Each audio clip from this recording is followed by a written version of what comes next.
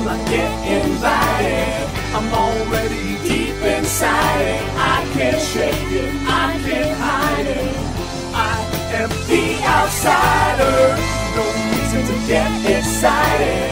We don't have to be so divided. I can't shake it, I can't hide it. Hey, y'all, what's up? Welcome back. I am Joe Finley. I'm Angie Finley, and we are the Swansons. The Swansons. And this is our podcast. Welcome to Swansonville. Swansonville podcast, y'all. And we're happy to be back. And this is a place where we talk about our music and our experience and what we do as the Swansons. Actually, as Angie said, we are the Finleys, Joe and Angie Finley. And we have just gotten back from quite a trip and music extravaganza of sorts, wasn't it, Angie? We got back from Nashville. That's where we finished up our last podcast.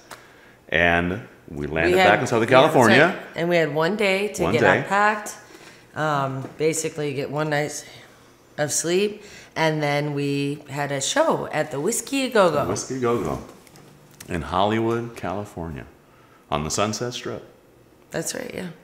So that was not our first time playing there, but it was an awesome time playing there. That's right, yeah.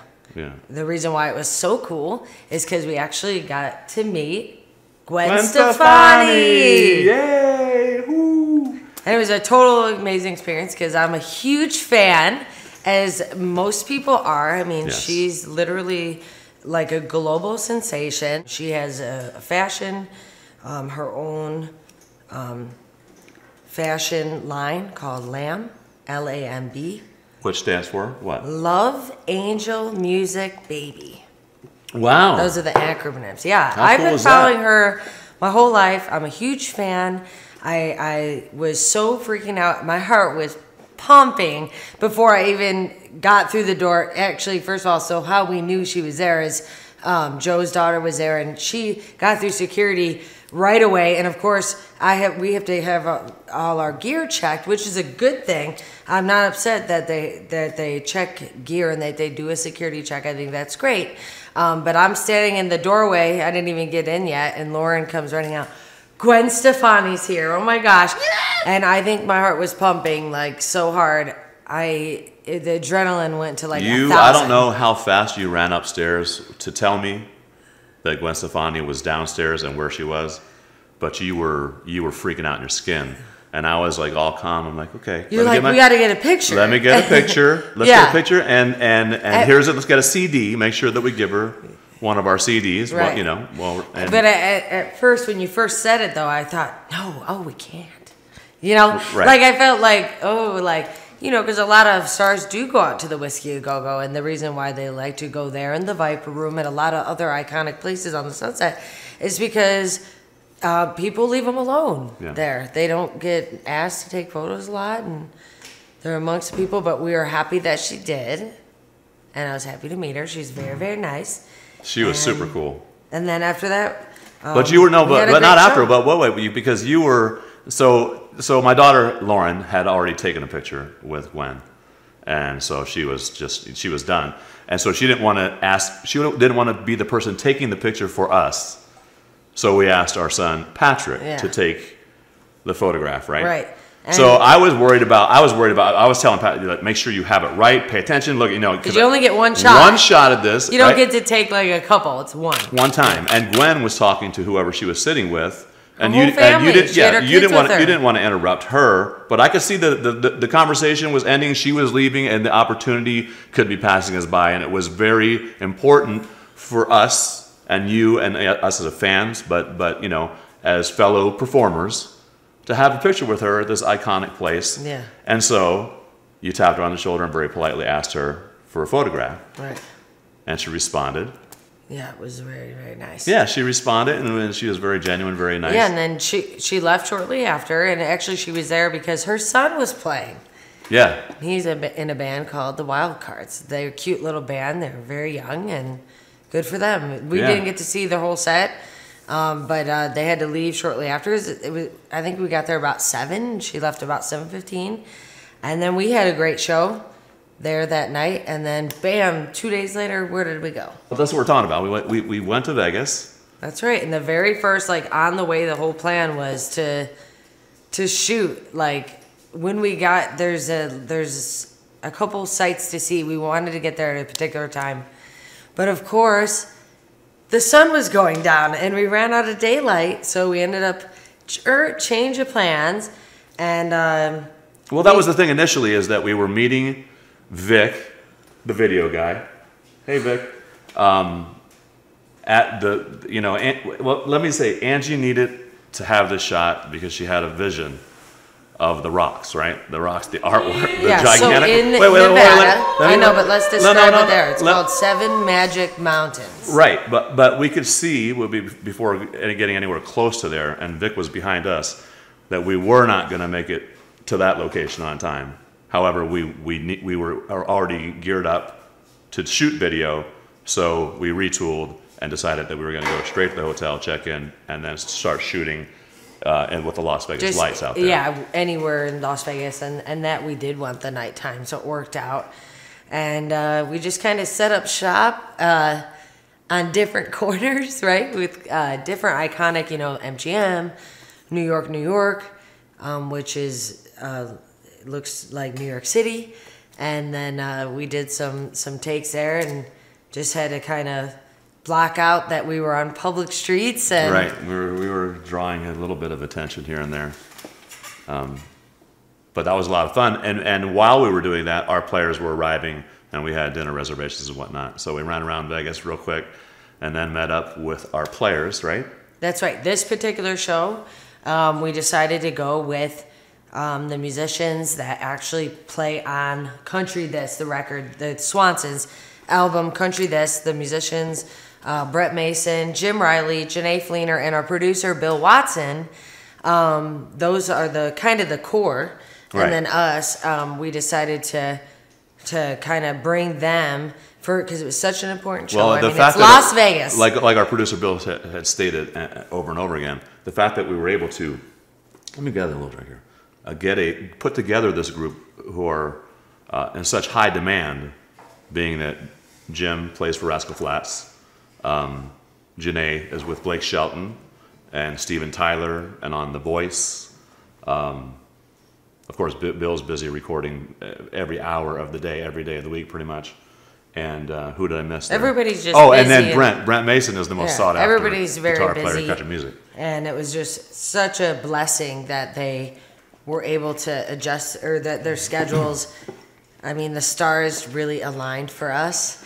And then the show itself, we didn't have a rehearsal, but we did have a sound check, right, which was amazing. So that's like the rehearsal. The sound check is a rehearsal. It was a quick check. But, we tried to squeeze in a couple little key points to make sure everybody was on the same page. But it's very important that we perform at the highest level. Of course, me and Joe, that is the goal. When we do, we want to be as professional as we can. And sometimes we're not sure what's going to happen. There's all this kind of adversity when you're in the moment. But we had such a great show. Is literally, when I look back and during, I knew it was happening when it was happening, and I felt like, man, this is one of my best performances. Just getting, didn't you feel? Okay, but just getting there, loading every little piece of equipment. I mean, this was the show of our lifetime, you know, so we were packed in like the Beverly Hillbillies headed to Las Vegas with this equipment, and then putting the stuff on racks and shoving it down the hallways, you know, getting it over in a car and then over to the hotel and then unloading it and putting it on the stage. We had Justin meet us there. Well, it keeps you humble, right?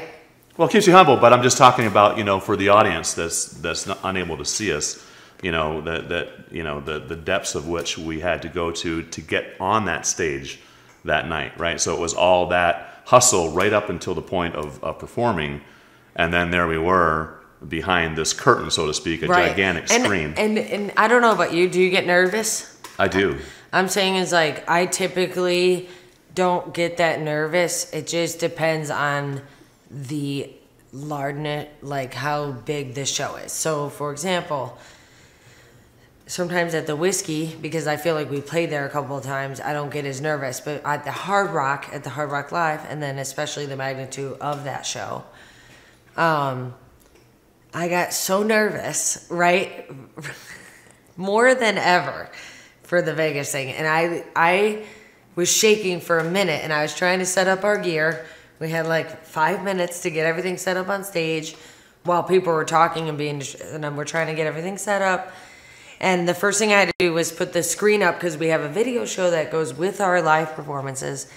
And I literally almost dropped the thing, and you came over and had to help me because my hands were shaking like so bad. I had to get myself, psych it out, tell myself, cut it out. I don't have time to be shaky hand, right? Because we got to get to business. But I was literally trembling. I was trying to, paint a picture just a few minutes ago, just saying the names of these players, and that's why I was, I don't think I said enough about them, which would make sense in a way of why you would be that nervous. If you think about this, I just gave them a few little quick credits as if these people, let me just say Brent Mason, okay? I'm standing beside Brent Mason, playing guitar with Brent Mason, sharing in a solo with Brent Mason. And Brent Mason is like the most incredible guitar player in the world. Yeah. He's fascinating. He's brilliant. He's genius. He's so creative. He's known for what he does. I mean, this is not just me saying this, but the history of that man and what he has done in country music, the mark that he has made with his guitar is just absolutely ginormous. He's standing beside me behind this curtain. Right. You know what I mean? On the other side of the stage, you've got Janae Fleener, who's incredible. So So humble, so brilliant. And They're her credentials, all like that. again. They're all so low key. Behind us, let me just finish. Again, Rascal Flatts being the band that they are and the things that they have accomplished, and to know that Jim Riley is their band leader. I know. This is an enormous amount of pressure on you and I both coming into this thing just a year ago with Country This, What a special, special night that was. And also we received 2 awards. Outstanding Country Duo. That's right. Hollywood fame. And then we also got Best Music Video for Move Forward. That's right, we did. And thank you, Al Bowman and the Producer's Choice Honors and the Hollywood Fame Awards Producer's for that Choice honor Honors, and yeah. acknowledgement. We appreciate that, and that was awesome. And thank you, one more. Thanks, What? Vic. Oh, that's right. coming out. Vic went along with us. We brought him to Nashville. We brought him to So we Vegas. left. So we were doing this thing where so we're driving and it gets dark, so we can't go to. And I'm not trying to. I'm not making fun. No, let me finish. So Vic comes with us to Las Vegas. So, and having been in Nashville with us as we described in our last podcast, but the rock formation things, not formation, but there is an artistic thing. So Angie, she was very hell bent on that we were going to shoot this thing because she had a vision. And I got to follow her vision. She just had a vision on this other thing with the cars, right? We shot another video, I Need Your Love, which was a brilliant vision. This vision that she had with the rocks, I wasn't buying into initially, right? So it got dark on our way back. I was going to say, so on our way back, so we decided we're going to do that shoot while it's daylight on the way back. So we made it a point to follow or to meet Vic at the rocks, right? That you wanted to see. Yeah. And then, so we shot a music video there. Yeah, to fill in because we didn't have enough stuff. So you have to make sure you have enough. And it was something that we planned on. So we had to complete the thing, even though you didn't want to do it. Right. But it ends up a really good idea, right? There were a lot of people out there, as all these videos that we shoot, we're right in the middle of a lot of people. It's a little windy. And why is it always windy everywhere we go? No, I'm talking about every video shoot. Vic, is it everywhere we go? No, we've gotten lucky sometimes. I actually forgot about that footage, to be honest. After I was done with the Vegas footage, the music video, I was like, oops, I forgot about the rock. So you added in, yeah. Because you knew about the vision. So Angie's vision got the whole time. For those of you that can't see Angie's face, while I'm talking about this whole rock formation, she's not having a good time with me. And even while I'm looking, that's why I'm looking at the other camera because I don't want to look at her angry face because she really loves this rock thing. They're rocks, colored, painted rocks balancing on each other in the middle of the desert. Yes, which is a beautiful thing. Awesome. And you know what? When the video comes out, you're gonna like it too. But what was I gonna say? So basically, that video is not gonna be available yet, so you guys won't be able to see it. That's right. But I Need Your Love is, and you could probably we'll make it available. Link below. That's right. And the song is from our upcoming album, which is called BAM! But yeah, so that's not I Need Your Love. That's the other one. No. Push My I'm trying to Push My Luck, the song that we shot in Vegas with the rocks and the lights and the dice. The new and album. Vic's The album's not Vic's coming bringing up. his game up every time, man. It's incredible the videos. Well, now that we putting did together. the Vegas, I was telling Joe is that how are we gonna up it? We're gonna have to go to like New York City or something. We're gonna have to start really traveling. No, so it's fun. It's fun going out there and getting to shoot videos and actually we're moving on. Hold on, moving ready? on. Moving on.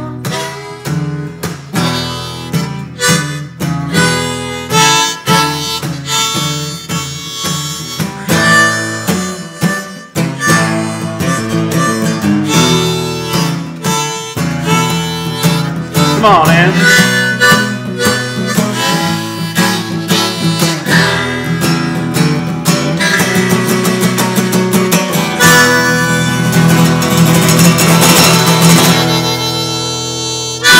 Get that out of our system. Honestly, this album that we're working on is going to be, I think, my most proud project that I'll ever. Yeah, That's awesome. I mean, we really put a lot of time and energy. Great songs, the best players I've had. I mean, I've done other good. Now, so we came back from Vegas. We did the drive. We And hit the one rocks. day. We did the video. We had one day. Went to sleep. Next day, woke up. Where'd we go, Ange? We had another show. We had another show, just like that. This Bam. was the most shows we No did in pun one intended. week. 3 shows in 1 week, and we haven't done that ever. That was We've the first done time them pretty for that. close. Yeah. We've done plenty of shows where it's There every was single 3 weekend, back shows to back in to back. 6 We've done days. that tons of times. 3 shows in 6 days, which included video shooting and Or you recording could just say studio. 3 shows in a week. Well, I want to be more specific. You know, it was a lot of labor. A lot of labor. We did 3 shows in 6 days with video shoots and recording studio in between, as I recall. 3 shows in 7 days. No, just kidding. Or 8 I'm days, just 9 kidding. days. It's still 6 days. Okay. All right. So we get back from Vegas and we head to Santa Clarita. That's right. And this time we did not take the Nashville people with us. They actually had to go home. They did. So we hired our Thank you, wonderful y'all. musicians in Southern California. Plenty of them that we play with and hire with all the time. There's a lot of them, so we don't need to name them all right now. But Right. we played with, specifically that show was played with, was it Joe Turner? I can't remember. It's getting converted. It's getting confusing. dodgy because They're all brilliant. we're though. trading They're all off. wonderful. So anyways, it was a really... It was Joe Turner. Here's the Yeah, thing. it was Joe Turner in Santa Clarita. I was a little nervous because I wasn't sure how it was going to go, having that I felt like Vegas was my best show. Yes. So That it's was like, a how do thing. you It follow was like, that? It was a kind of a hangover, you know, kind of like. Well, I was okay. just nervous because I feel like sometimes everything's kind of goes like up and down, up and down. You have a good show, then sometimes I have a bad show, and then I have a good show, and then I have a bad show. So I was worried about that. Well, you've I was never. worried Look, about I've never that, seen you but- have a bad show. Actually, you have a good show, good show, good show. Every show is very consistent. This, I understand what you're saying because this show is like euphoric. This is like it The doesn't get Vegas any one, better I than know. this. You know, when some of the things that went on that stage were just so incredible. Right. That I was thinking the same thing and feeling the same way. Almost like let's just put this one and get this one behind us. You know, it's almost like. And I was proud of it. Oh my goodness! And after, It I went was so proud. great. I was so happy. It went just as great. We brought the same energy. Same energy. The players that played with us were just awesome. And Sounded just like the other players. So, Yeah, I mean, that's yeah. all you could ask for. the audience in Santa Clarita consistently just on fire, man. Just That's on right. fire. So that was great. There is Great a response. wonderful town here in Southern California that's called Valencia or Santa Clarita. Most known thing that's nearby is Six Flags. Okay, Six Flags Magic Mountain is nearby there. Anyways, there's a mall. And there's a wonderful concert venue called The Canyon. That's where we play a lot. Here's our fun fact. That's right. You got a fun fact here? It's a little fun From our fact little, our about- little booklet, our new booklet here, Our Country This lyric book, which we're going to have available to our fans everywhere we go. That's if right. they should it's like, like get to. your programs. That's right. Get your It's like a programs. program, yeah. Follow So what us. It has pictures, fun facts, and lyrics to all the songs on Country This, our Yes, album. yes, 14 tracks. So here's a fun fact about Joe and I. Joe and Angie have been married twice, once in Illinois and the other in Santa Monica, California, Bang. on the beach. That's right. I loved you both times. We have a pre-recorded interview on this podcast because we had so many opportunities in Nashville that we're going to see an interview of our producer, Bill Watson, which you're going to have an opportunity to see. That's right. Let's get to that. Let's take a look at that, and then we'll get back to our little sneak peek of our new song off of our upcoming album called Bam. Excited. We don't have to be so divided. I can shake it. I can hide. Hey everybody, welcome back to Swansonville. Today, our special guest is an extraordinary man and a very talented musician, our friend and producer, Bill Watson. Hey Bill, how's it going? Great, great. Wonderful. Thanks for coming. We're just going to ask you and get to know you a little bit better. So Okay. I guess we can just start. I'll start it off, Sure, right? yeah. Okay. So basically, we're here in Nashville. How many years ago did you come to Nashville, and what brought you out here? 14 years, excuse me. And I had a demo service where I lived before, and I just knew Nashville had good musicians, better than what I had available there, and I wanted to move here to take advantage of that. Where were you originally? Where did Pennsylvania, you move from? near Pittsburgh. Near Pittsburgh? Yes, So that was you spent most of your life there?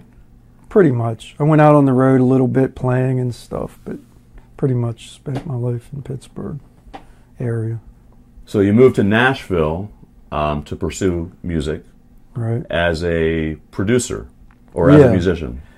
Mainly as a producer. I played guitar and I played bass. I had been playing guitar in a band in Pittsburgh. Actually, it was the last thing I did. So I moved here and, I wasn't sure what I was going to do in that regard, but definitely produce. That was my main Cool. thing. And I ended up dropping the guitar when I heard Brent Mason and people like that. Yeah. So Let's just go with bass. nice. So then at what age did you start playing music and just getting into music? I believe I was about 12 when I started playing guitar. And my dad played, and he had a guitar sitting around all the time, and I started picking it up and learning it. Yeah. And you Out of a book. He bought me a book to learn out of. So guitar was your primary instrument. Yeah, when I started getting serious about music, guitar became an obsession to a degree. An obsession. And Oh, yeah. Such an obsession that you wrote a book, Well, yeah, right? Guitar Shop.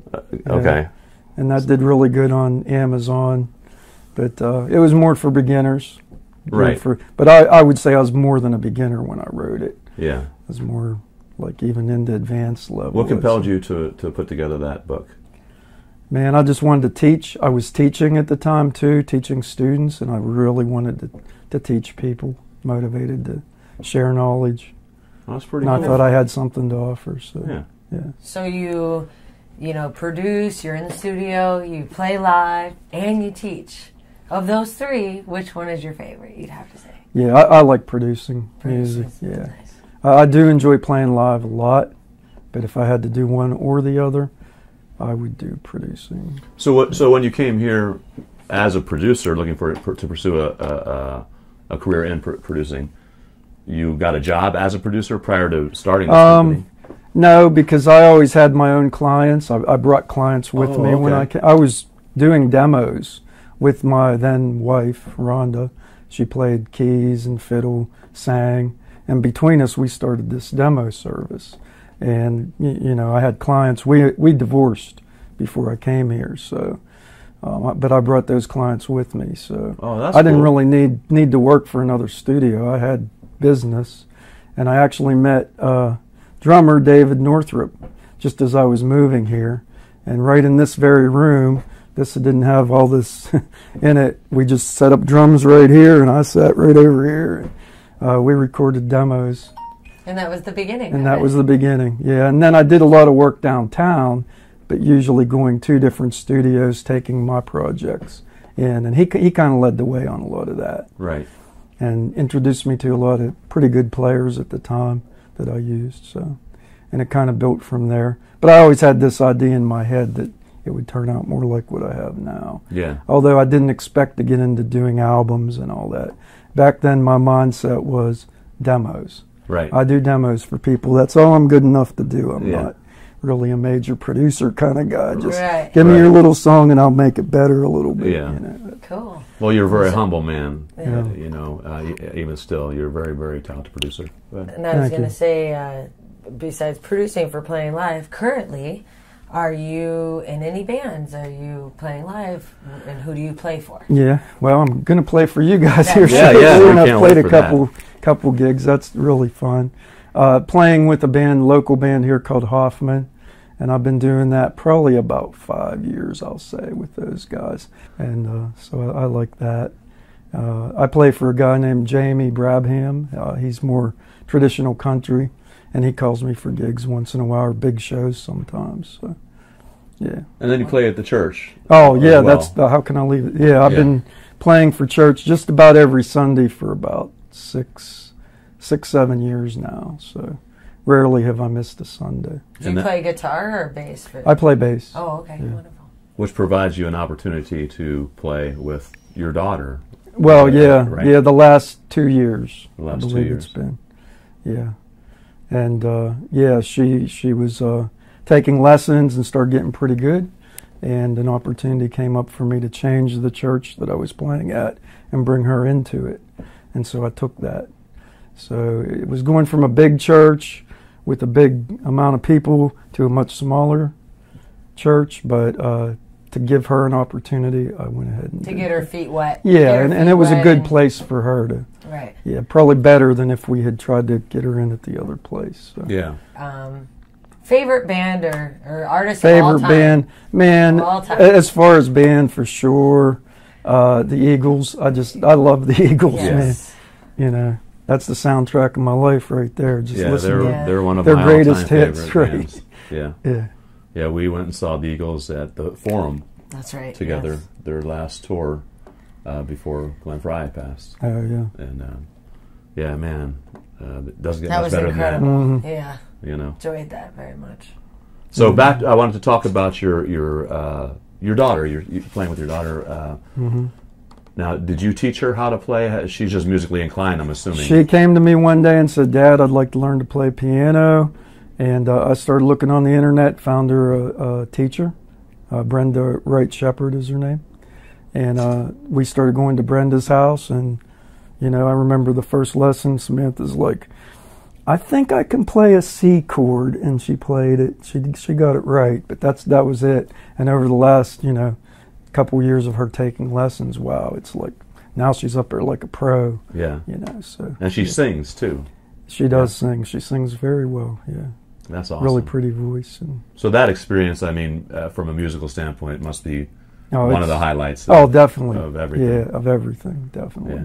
It's got to be cool to have your dad as a producer, you know.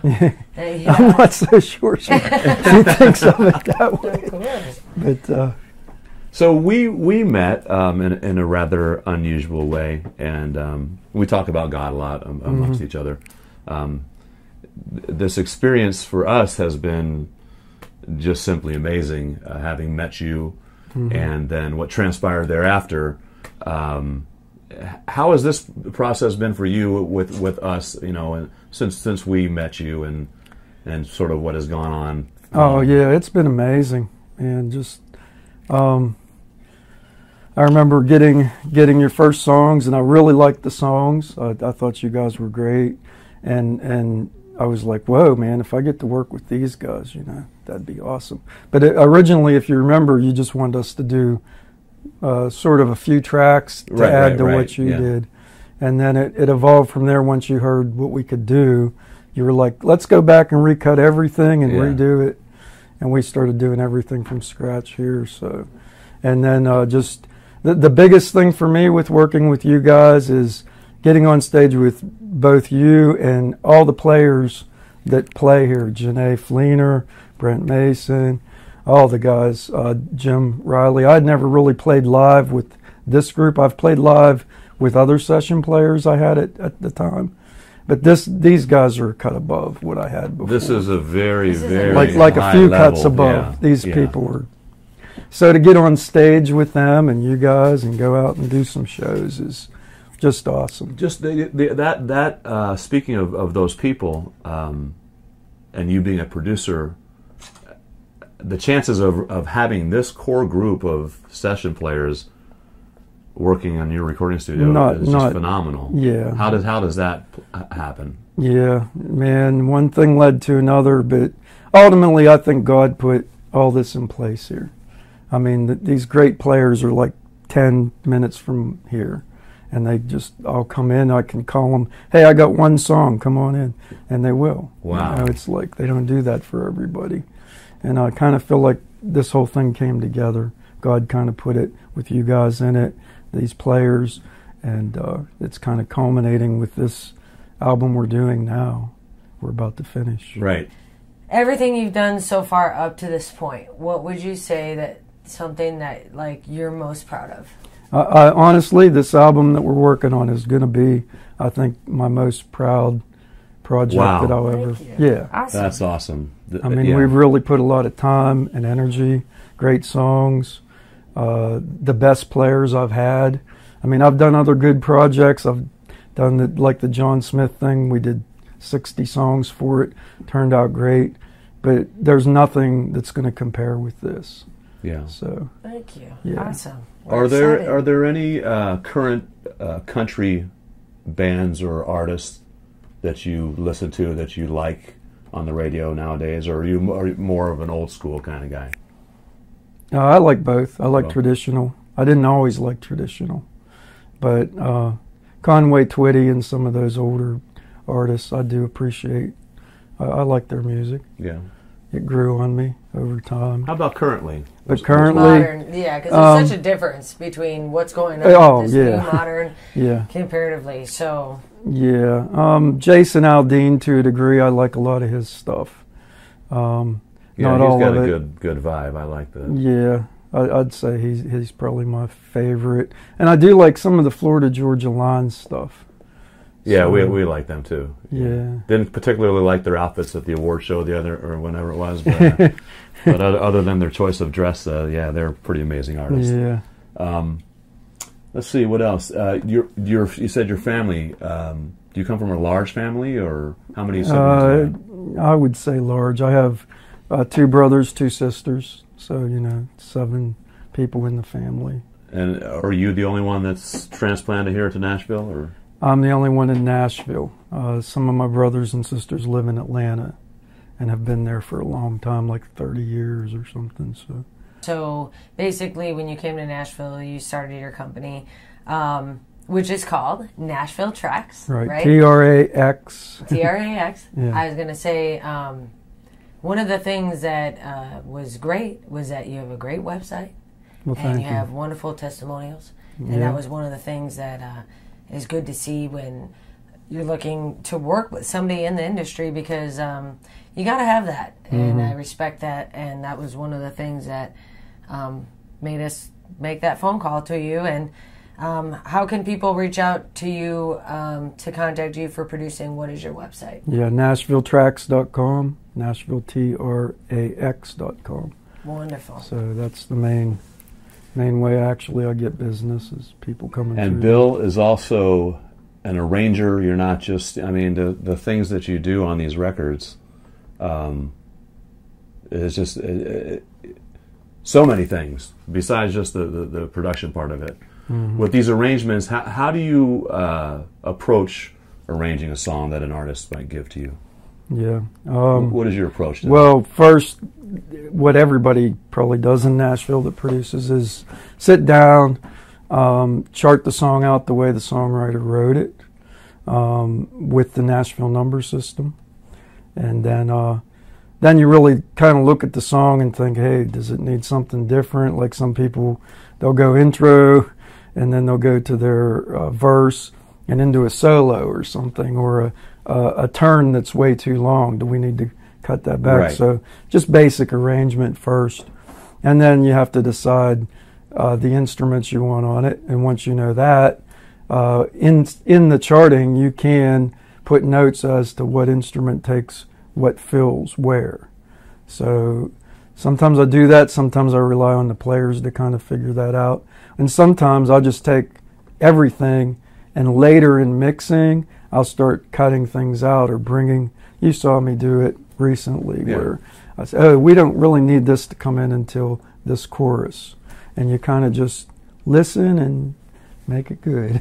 Yeah. When you hear the song, let's say, for instance, we send you a song that's just acoustically recorded. Do you hear the instrumentation in your head generally? Yeah. You already hear it right up front? Pretty much. I may not know the specific notes that, say, Janae is going to play. Right.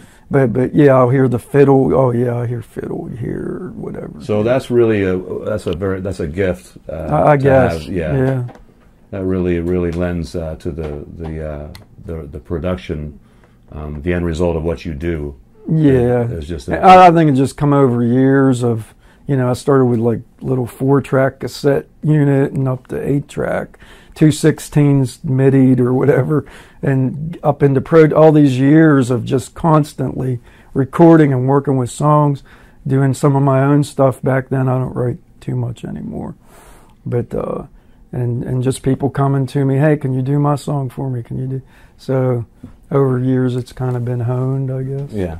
Who in Nashville? Who have you been most excited to have met here since you've been here? Well, yeah, I mean Brent Mason. Right? Okay, all right. Well, not only did you meet him, but now he's a good friend of yours. Yeah, it's crazy. It's like, even when I moved here, I mean, I knew he lived here, right? But I had no idea I'd be working with him or anything. Yeah. Right. Because when I was learning to play guitar, he had videos out showing you how to play, and his playing is amazing. Yeah, incredible. So, yeah. Second to none. So, of course, you're looking up to him as one of the top guitar players in the world, and to actually have him come in here and sit right in this room and work with me, and the first time I met him, that was the highlight of who I've met.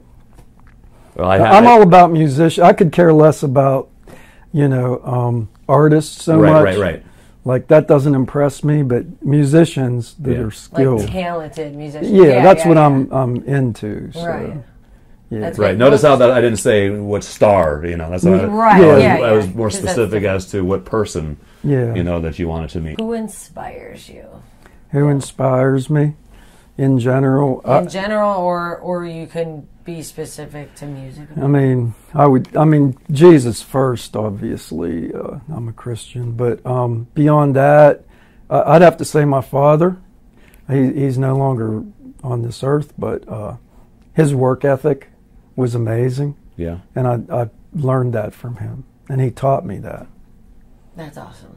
And your work ethic is impeccable. I mean, this man gets up at 4 o'clock in the morning and begins working at 4:30 and works into the night and just loves what he does. And you're a very blessed man, surely.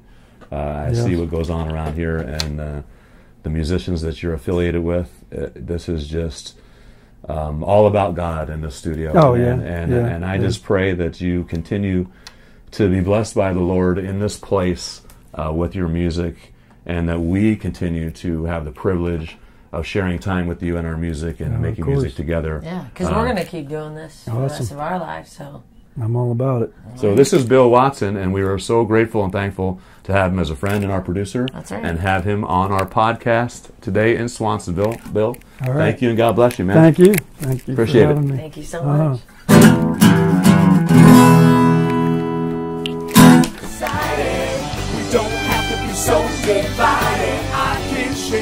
Welcome back, everybody. Welcome back to Swansonville. So, hope you like that interview. Hope you're enjoying the Swansonville podcast. Yes, thank you, Bill. Bill. Thank you for tuning in. Thank you all for listening. That's right. And hope that you tune in, keep tuning in, and keep downloading, y'all. We need you guys, and we love you guys. Let's give them a little piece of this song that we're not going to sing the whole song, right? We're not going to sing a little piece of it. It's been called "Let It Go." It's not on the album as far as a title printed on an album, and I'm thinking about changing that title. Ange, what are your thoughts on that? Because there's so many songs called "Let It Go." There are, and so yes, maybe call it "If It's Gone, Let It Go" or something like that. No, something very short.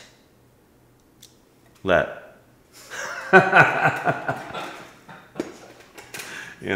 Let's think about that. But in the interim, we have performed it live in Las Vegas. It's on our upcoming album, which is called Bam! And this is coming out in 2019. Let It Go. If it's gone, then let it go. You can't hold on for too long. If it's long gone, you got to get along. Lord, that I know how to let go of what is gone. All right, all right. Well, thank you all for joining us here at Swansonville on our podcast. I am Joe. I'm Angie. We are the Swansons. We love y'all. Peace, love, be good. Bye. Bye-bye.